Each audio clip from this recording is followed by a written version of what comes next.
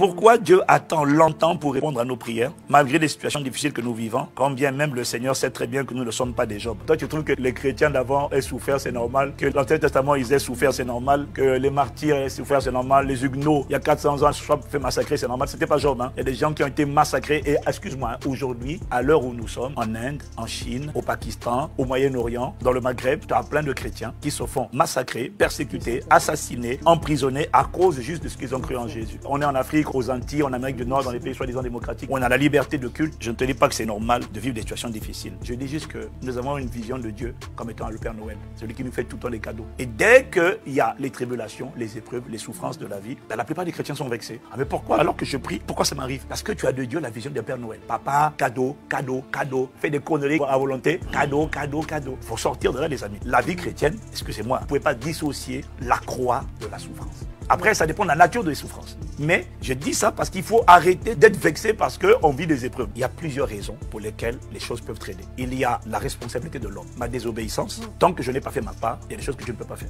Et la plupart du temps, Dieu nous attend parce qu'on n'est pas en train de faire ce qu'il faut faire. On n'est pas en train de pratiquer la justice. On n'est pas en train d'obéir. On n'est pas en train de semer des graines d'obéissance dans nos propres vies parce que ce que tu sèmes aujourd'hui va pousser demain. Ça, c'est la première raison. La plupart du temps, c'est la raison pour laquelle les choses traînent. La deuxième raison, et ça, c'est beaucoup plus rare, on est dans l'obéissance, on marche avec Dieu, on est fidèle, on obéit, et puis ça prend du temps.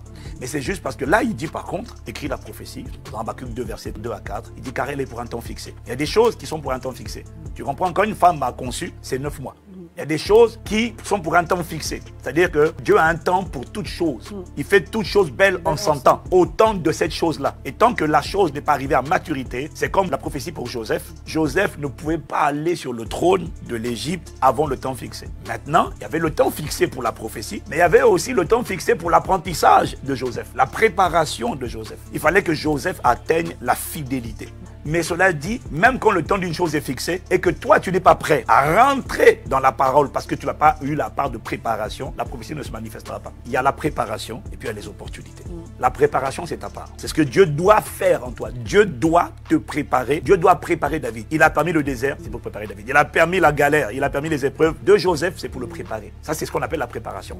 Maintenant, il y a ce qu'on appelle l'opportunité. Les opportunités, c'est le temps fixé de Dieu pour une chose. Jésus est venu quand les temps furent fixés. Il n'est pas venu avant le temps. Il fallait qu'il vienne au temps de l'Empire romain. Parce qu'on tuait les gens par la croix, la crucifixion. Ce n'était pas la chaise électrique. Jésus ne peut pas venir aujourd'hui puisqu'il faut qu'il meure sous la croix, sur un bois. Donc vous qui attendez Jésus, il ne viendra pas. Il est venu il y a 2000 ans. Vous comprenez? Ça, c'est l'opportunité. Maintenant, quand l'opportunité arrive, c'est-à-dire le temps de Dieu pour une chose arrive. Regardez, Israël devait passer 400 années en Égypte. Quand les 400 années sont arrivées, c'est ça que j'appelle le temps de Dieu. Le rendez-vous de Dieu. Sauf que le rendez-vous de Dieu arrive, mais le peuple n'est pas prêt. Parce qu'ils n'ont pas reconnu Moïse. Donc qu'est-ce qui se passe? Prolongation du temps.